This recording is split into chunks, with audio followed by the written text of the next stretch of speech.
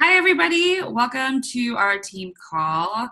We are in the last day of Tuesday of May, right? The last Tuesday of May. I'm super excited because today we have a guest host. For those of you who don't know, Melissa Bixby. She's been coaching now, is it 3 years? Almost 3 years, yeah. Almost 3 years. She has been just kicking butt these last couple of months, and she's really had just like an incredible journey within her own business. And I kind of told you guys a bit about this in the team page, but we actually met at Summit for the first time ever. And I remember Melissa like kind of being uncomfortable and kind of being like, what the heck, who are these people? And I was kind of in the same boat too. And I remember just having conversations with her over the course of both of our coaching careers and just having conversations about, self-confidence and personal development and the importance of that, and just kind of the evolution that happens when you start as a coach from day one into a year in your business, 2 years in your business, and then eventually almost 3 years in your business, and kind of all the ebbs and flows. And literally it's a journey just like your fitness. And I've just had the most amazing time watching her like grow into her badass self. Like, she was pretty cool when I met her, but now she's like turbo jam style, like she's a amazing little ball of energy, and she's just the cutest thing ever. Her background's in CrossFit coaching, and now she's almost full-time coach. She'll talk to you about her journey. I don't want to ruin anything. With that being said, Melissa, take it away and talk to us about your story and confidence and personal development and mindset and all the wonderful stuff. So I actually think you're going to go more than 20 minutes because I think your story is actually really powerful. So take it away. All right. Thank you so much. Okay. I totally, my face just went, but anyway, I'm so excited. And I was so honored when Tanya asked me to host this, because this is kind of my first hosting outside of our team, or my direct downline team call. So I'm really excited to talk to you guys about this. And it was so funny I was reading Tanya's post that was announcing this team call, and just remembering that time. Like, I haven't thought about that. And like she was saying, that was it was her first summit too. Yeah. Our very first summit. I had only been coaching, well, I guess almost a year at that point, but I'll get into this a little more later. But it was super painful. Like, I was there by myself. My upline didn't even get to go. Kaylee Pierre is my upline. So I was by myself, and that I was a pretty new coach and very, very. Melissa, just for people who are going to watch this video and haven't read the post, can you just elaborate into that little story a little bit? Oh, yeah. So we stayed, actually, and I had forgotten this until you said this, but Tanya and a few of the other coaches, I forget all of them, Vanessa and Lacey, I remember for sure, were all put into this hotel room. Like, Keisha organized the hotel rooms. That's how kind of few of us went the first time. And we just all got thrown in there. I hadn't met anybody before. I think a couple of you guys knew each other a little bit, maybe Vanessa, but anyway, it was like super uncomfortable for me, right? I'm talking from my point of view. And like, some of us were sleeping on the chairs, and I was just like, I need to hide in a small dark corner. And this is where I started, it's kind of important, because this is where I mentally started my journey as a Beachbody coach. Was this like totally, very self-conscious, no self-confidence or self-esteem. And I like to tout myself as shy, which through evolution, I have found it was coming from a very selfish place for me personally. So that's where I was at when we began, and that during that first summit, and that's how I first met Tanya. And I feel like I kind of blocked that out because it was super painful for me, and that growth part. So that's what I kind of wanted to start with, was my major part of growth in this business has been almost purely mental and just mental, through personal development and that kind of thing. So I am going to plug that a little bit like we do in every call. But I did start, so my history in this is coming from a place of a fitness background. I was a CrossFit coach, group fitness instructor, and I knew I wanted to be in fitness. But if any of you have ever done or know anything about being a group instructor, fitness instructor, you don't do it for the money, for sure. Like, it's all about, you love it, you want to be there, you want to do it, because there's no growth opportunity, and especially where I'm at. I'm a small town person, and I will always live in a small town because I love it. The place that we live right now is this beautiful little seaside Victorian town, and the median age is, I think, 57. So CrossFit wasn't in high demand. It was so limited, and I loved it so much, but I was so frustrated because we were scraping by. Like, we were super scraping by. Because of that limitation, and because I had given up on a desk job. I had a desk job. So anyway, so that's how I came into Beachbody. I saw Kaylee Pierre, who's my upline, post about fitness and working from home. And that's all I remember. And I actually approached her. I was never invited to this at all, which it feels kind of interesting to me. And I approached her about it and came at it as like, I want a job. Like, it had, honestly, to be very honest, like, it had nothing to do with helping people so much. I wanted to be able to continue in fitness, and I wanted to be able to make money and be comfortable, because I was sick of living like the paycheck to paycheck thing. So obviously I had a lot of growth to do, and I was all personal development. Obviously I actually am much healthier than I was when I was coaching CrossFit, because you get kind of burnt out, and, I've been more consistent with Beachbody, and that's how I talk to people. I know a lot of you actually talk to people who are in a fitness background, and that's an interesting point that I try to share with people a lot who are talking to, like, CrossFit coaches or group fitness instructors. I deal with a lot of spin instructors, and it's great and it's wonderful doing that, but at least from my point of view, you get so burnt out being at the gym. You're there, you have to be on, you have to be motivational. And then what about your workout? Because as an instructor, you're not working out when you're teaching, right? You're there for the other people. You are faking it part of the time, because I can't talk when I do a spin class. So when I was teaching spin, you're not doing it as hard as you can. Anyway, so your fitness actually suffers. So that was one thing to log away when you guys talk to people coming from a fitness background, your consistency and your ability to focus on your own workout. And if they're truly into fitness and loving that part of it, that could be a huge deal for them. Well, that was kind of a tangent. Anyway, so let me get back here. So 2017 came along really quick. So I went diamond really, really fast, actually, in this business. I signed up in August, coached in September, went diamond in March. And it was very surface level, just like I was at that point. And kind of like we were talking about at the beginning with Tanya, I was very much like, you just say what people want you to say, you show up and be what people expect you to be. And I was doing the same thing with my business. It was like, oh, just get a discount. Like, we're not talking about deep things. We're not talking about goals. We're not talking about anything vulnerable. Oh God, for sure. Like, I don't even think that word was in my vocabulary back then. And so that's how I got to diamond so quickly, and then stayed at diamond. And I'm still a diamond rank coach right now. And I think August will be 3 years in this business. So, so I really try to focus on that. On my coaches, anytime I talk about this, is this like, excuse my language, but screw building fast. You build for depth, you build for belief, and you build for like vulnerability and love, because all that surface level hitting a diamond rank means nothing. And I'm complete proof of that, because sitting at diamond for almost 3 years is pretty painful. So, okay, so moving forward to the fun stuff, right? So I came from this place of complete pain, lack of self-awareness, shyness, and low self-esteem. So in 2017, I kind of something started to click in my brain about just being done with that. And actually what happened was thinking about going to my, sorry, we cooked with jalapenos a second ago. Excuse me, is going to my third summit as a diamond. So my first summit, I was a diamond, and this would be my third summit as the same rank.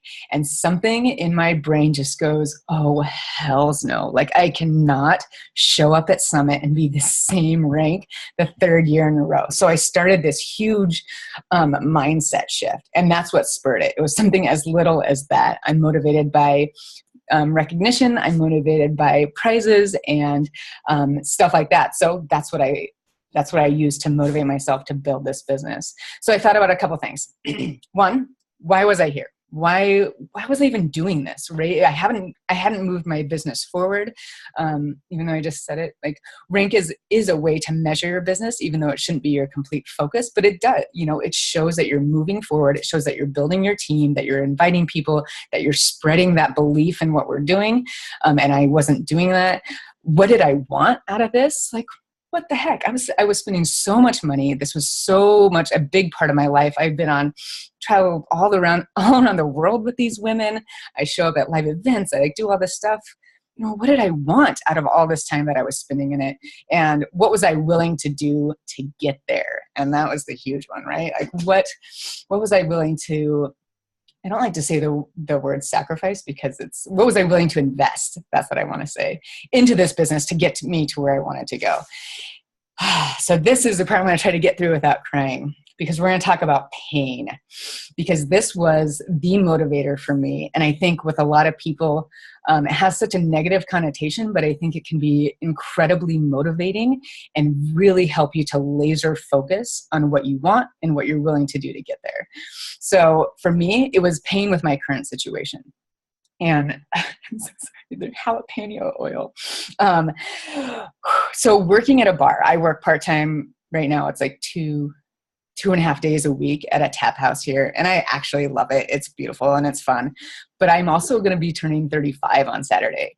So as I'm sweeping the floor of a bar, I'm at almost 35. That pain is so tangible and real to me, and I cannot handle it, right? So that's one of my pain points that kind of circles around in my brain, and that popped up as I entered 2017. And we'll get to what happened there. And again, like I beat over the head. Third summit as a diamond. So what I wanted to do was use that pain and figure out how I could use that instead of wallowing in it, because that's pointless. Like that doesn't do us any good. To use that pain to move forward. So when I sit down to say invite, like inviting is still kind of a painful process for me. You still worry about rejection and what if I say the wrong thing, or feeling salesy. So what I think about when I sit down to invite, or what you want to think about anytime, whatever the painful process is for you, whatever it is that causes you to be anxious or to not move forward, or whatever is keeping you from doing what you want to do, is sweeping the bar. So find that specific thing, right? Sweeping the floor of a bar at 35 years old is so much more painful to me than sending an invite. And that's literally what it takes for me to get those invites out, to get over that little hump of worrying about what they think, or worrying about rejection, or worrying about, them thinking I'm salesy or saying no, or whatever it happens to be. That using that pain point, and again, that's very specific for me, and you need to find that for you. And that does take some self-evaluation, and we'll get into that. But there's nothing worse than that. Inviting, I'm just like, oh yeah, for sure. Like, I'll invite everybody. Are you kidding me? Like, I've actually cried mopping the floor. So inviting, nothing. So using that, and stuff like vulnerable posts, because that's actually still something I'm really working on, trying to do more of. And I throw them in every once in a while. But again, thinking about that pain of maybe showing up to Summit for the third year in a row as the same rank coach and not getting to rock across the stage or whatever it is that really is posting something vulnerable that might actually help people more painful than that, or more painful than being at, working in a bar at 35? And of course then dealing with rejection or the fear of the current pain. So thinking about that, okay, I'm rambling. So find that specific pain point for yourself. What is that in your current situation that you are not willing to put up with anymore? And comparing that to whatever fear you have in this business that's keeping you from moving forward. And so it takes you need to reflect on what is it that's keeping you from moving forward, figure that out first, and then figure out what it is that's going to push you over that hump. And so for me, it's actually a daily self-evaluation. So I do my Miracle Morning. I don't know if you guys have read that book. That's my PD recommendation number one, I have a few of them through this. So in my miracle morning, I evaluate every single day because I change every single day. So some days I need to focus on big goals. Some days it's about having Patrick not have to get up, my boyfriend, get up at 4:00 in the morning and get ready and go to work. Right. And then me close the bar so we don't see each other for almost 24 hours or whatever it is. Sometimes it's those big goals, thinking about bringing him home, thinking about completely remodeling our home with cash or paying off debt. Sometimes those big goals completely overwhelm my brain and I will shut down when I think about them. If I think about, again, trying to retire him is too much. I'm just like, oh, nope, that's not going to happen. And then shut down. So sometimes I need to rein it back in and be like, okay, today's goal, 3 invites. And that changes daily for me. And, before I used to try to do these vision boards with all this like huge timber frame homes and, like my dream car, which, we will have someday, but that's not what I need to focus on every single day. So you have to evaluate that daily and figure out where you're headed and where your head is at every single day, because it may be different. You need to, think that through. Now that motivation, I think I got jalapeno oil on me. That motivation to, I'm so sorry, it's burning my nose. The motivation to do those things is also created. And this was another, I'm kind of hitting like the bullet points of my mindset shifts that I've made in 2017. So motivation, waited for it forever, sat around just being like, oh, there's going to be something. There's going to be something that's going to either happen. Like I was almost waiting for something bad to happen to me, for us to be put in a position that I had to, or we were going to starve. And it didn't happen. Thank goodness. And then finally I realized that you have to create that motivation. And this is PD recommendation number 2 is Eat That Frog. Now, it's not my most favorite book ever, but it's definitely worth a read because it really can help click that mindset of some days you just are going to have to do it. You are just going to have to create that motivation for yourself. And you do that by taking action. Sitting around and waiting it's not going to get you anywhere. I mean, again, I'm a perfect example of that. Sitting around and waiting for almost 3 years and still sitting at the same rank because I sat around and waited instead of moving forward and taking daily action to do that. So on the Eat That Frog stint is doing the scariest thing first. So I always do invites first. I don't put them off. I don't check in my challenge groups first. I don't check into any Diamond Dash groups that I'm in. I don't do any of the fun stuff. We'll get into the workout part, but I do nothing until I do my invites because those for me are the hardest things to do. They're the things that I will put off the most. And so I do them, and I do them super early in the morning. I do them immediately after my miracle morning, which is like 7:45 in the morning, because in my brain, I'm like, oh, so no one's going to see it. So I'll just shoot an invite and then I'll deal with it later. No one's going to answer right away. And for me, that's what works. Sometimes I have to play so many mind games with myself and it's super successful, right? So I get it done early. I believe that no one's going to see it for a little bit. So it takes a lot of the stress off. I don't think people are going to read it right away and respond. And so I do those first. And obviously it's not going to get any easier. So I might as well get it over with. And I do, okay, let's see. Oh, taking control. So another thing that I did was finally take control of that. So instead of waiting for external forces, kind of along the same lines of the motivation, waiting for things, expecting something to happen to you so that you get that motivation or that you decide to move forward, instead taking complete control over that, which is 1, completely terrifying, and 2, very, very awesome. Because when you're in complete control, you are responsible for, either doing it or not, but you're in complete control, right? You can take solace in the fact that that's it. You can do whatever you want if you decide to. If you just sit there, I sit over here in my little miracle morning chair and I actually get kind of anxious being like, oh man, I'm going to talk myself out of doing my non-negotiables. I'm going to put it off. And then you take a deep breath, you release it and you're like, or I could choose to just do it. It's really that simple. And that was one thing that really clicked in my brain, is that I overthought everything. And a lot of us do. You overthink it and you think of all these excuses. And if you just take I've been doing a lot of meditation, but deep breath, let it go. It's a choice, you guys. You're either choosing to do it or you're choosing to not do it. That's it. That's the bottom line. And so why not just choose to do it? These are the conversations I have with myself in my head. And then I play into my favorites. So like I said, I come from a fitness background. Working out, I love it so much. I look forward to it every single day. I can 100% not do my workout until I get my minimum non-negotiables done. And I only do my minimum, right? I do like my 6 messages and 3 invites and check in with coaches or whatever it may be. But you have to find those little rewards for yourself as well.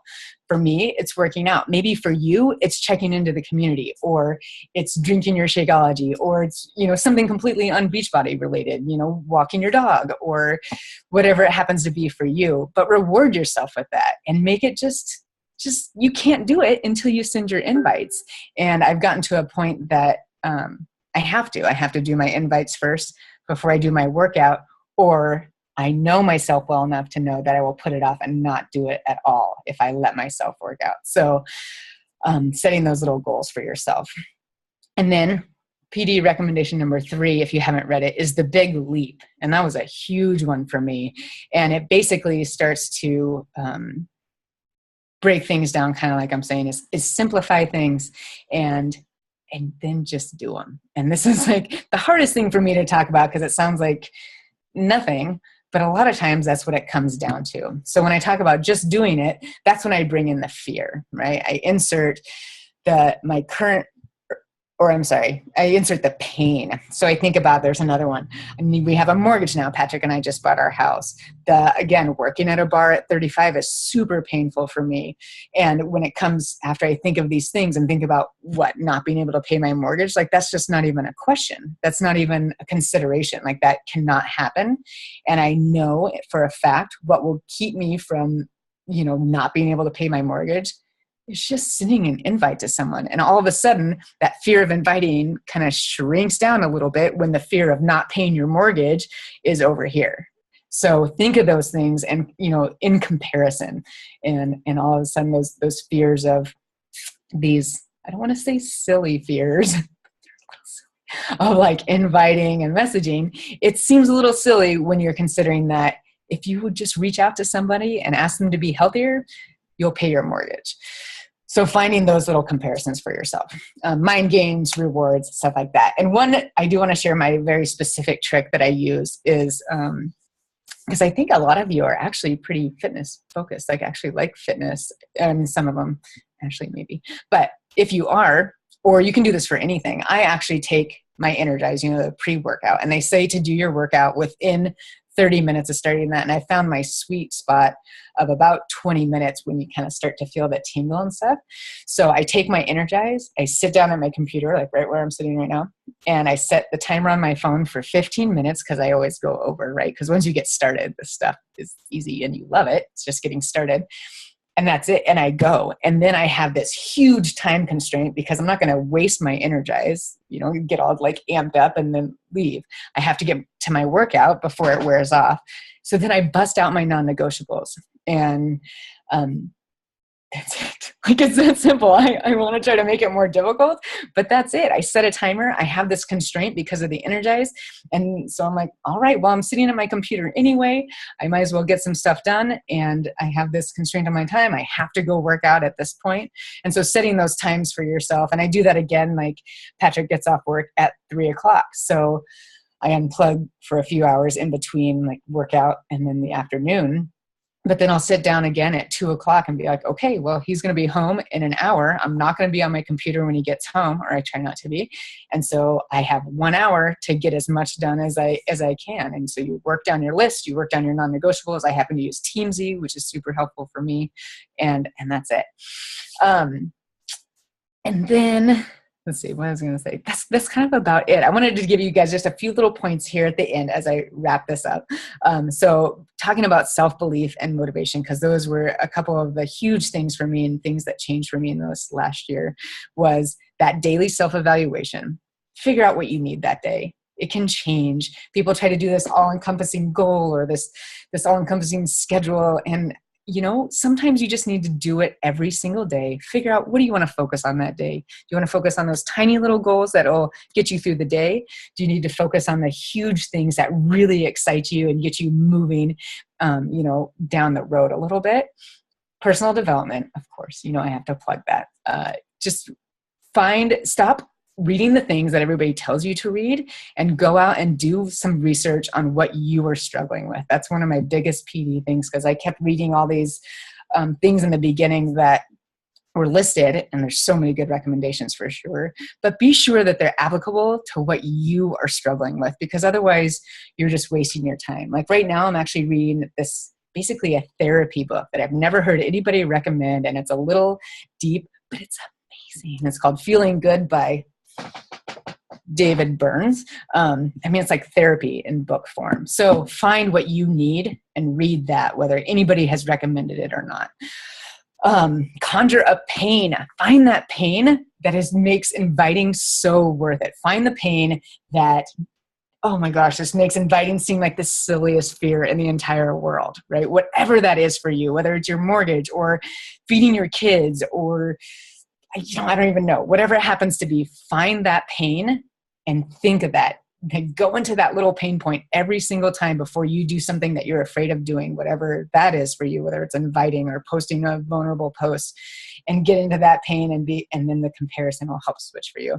And then just do it, right? You just have to leap off that and do it some days. You just have to shut your brain off and go into zone out mode and sit down at your computer and start doing it. Just start typing something and don't even think about it.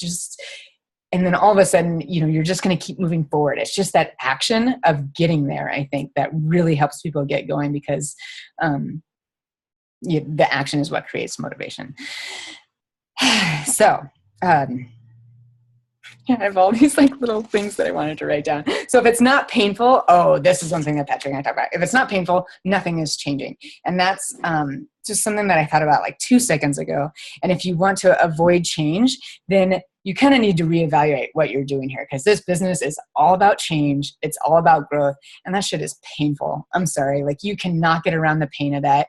You're going to have ups and downs. You're going to have to go through things that you're completely afraid of and that you would never do in a million years otherwise. But if you want to completely avoid that and you hate that so much, then I really challenge you to think about what the heck you're doing here, because that is what we are all about, is becoming the best versions of ourselves. And that's a painful journey sometimes. So embrace that pain and know that that is what's leading to your growth. And if you are feeling that pain and feeling out of your zone and uncomfortable, that is so good. That is so good. Then you are doing the right stuff and you are going to get through it if you just keep plowing forward. So that's all I have. Oh my gosh, so good. I ferociously took notes. I could just sit here and listen to you talk. I'm yeah, ooh, that's good. I kept myself muted because I would have interrupted you 50 times. So good. That is so true. Oh God. I got so worked up. I know, it's great. I love it. And I love the jalapeno. I have a couple questions for you. I'll let anybody else jump in after me. But okay, so for new coaches, so if you could go back to Melissa, the girl on day one, just started coaching, that girl that was in that hotel room with me, that was just dude, all you people, I'm that shy introvert. I'm finding my way. If you could go back to that girl, what would you say to her? What would be your advice? Give her a pep talk, give her your best words. It is so simple. What I would say to pass me is stop thinking about yourself. That's it. That's all shyness is. That's all being uncomfortable in situations like that is you are thinking about yourself and thinking about how people are perceiving you and thinking about what you're saying and thinking about how people are judging you. And no one cares.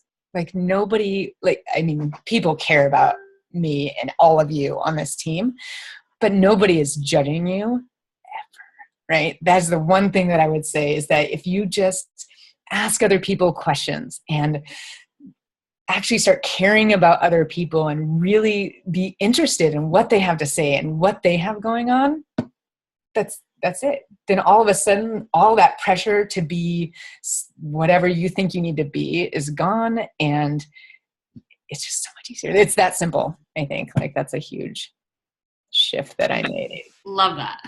Ashley, Deanne, do either one of you want to jump in and ask for something? Hey, question for you. When did you start doing Miracle Morning? Oh, man. It has been, I keep looking at Patrick because he's my memory. It's been a while now. It's been over a year, maybe. Okay. And have you done it? Have you read that book? Oh, saved my life for sure. Like, it changed everything for me. Okay. For me, when I've seen my business grow the most is the times when I'm doing Miracle Morning. Okay. I look back and I'm like, what was I doing that was causing me to be like so on point? Like, what was that Miracle Morning? Yeah, it just gets you focused, gets you like centered for the day. And I don't care if you hate meditation. I mean, so like, you can pick and choose. You can really adjust it to what you need. And it can be super short, right? Like, you can do a 6-minute Miracle Morning he talks about. I try to make mine a half hour. And it just focuses you for the day. That's when I do my little planner for the day and my little I write out my little day plan and like that self-evaluation I talk about. I'm like, okay, like, what do I need to focus on today? So read the book. The book is pretty extensive. And you can just, I don't want to tell you to not read the whole thing. Read the whole thing, but you can take bits and pieces out of it too. Scan through it. It's a pretty quick read. It's what? It's a pretty quick read. That's what I thought. It's been so long since I read the entire book, actually. And it has like good little like inspirational portions in it. Like, it gives you like little quotes and like statistics on like the average human wastes X amount of their life and like all this other stuff. So it's pretty good. I should read that again. Maybe I'll read that again. But yeah, totally recommend it. Ashley? Okay, well, thank you so much. That was incredible. I especially love the part about picking your pain point and like using that to put into perspective and writing and like whatever your frog is. I love that. I have never even like thought about that. I don't think I've ever heard anybody else bring that up in a team call. I think that is so insightful and like such a good tip. I freaking love that. I like wrote it huge. This is motivator. Like, love it. Look at that. Yeah. Because we try to not think about pain, I think, and try to be positive, which is good too. But sometimes, man, you just got to like find that prod. Yeah. Thank you so much for having me, you guys. Thank you. We love you. I love you guys. Bye. Okay. Good night, guys. Good night. Thank you so much.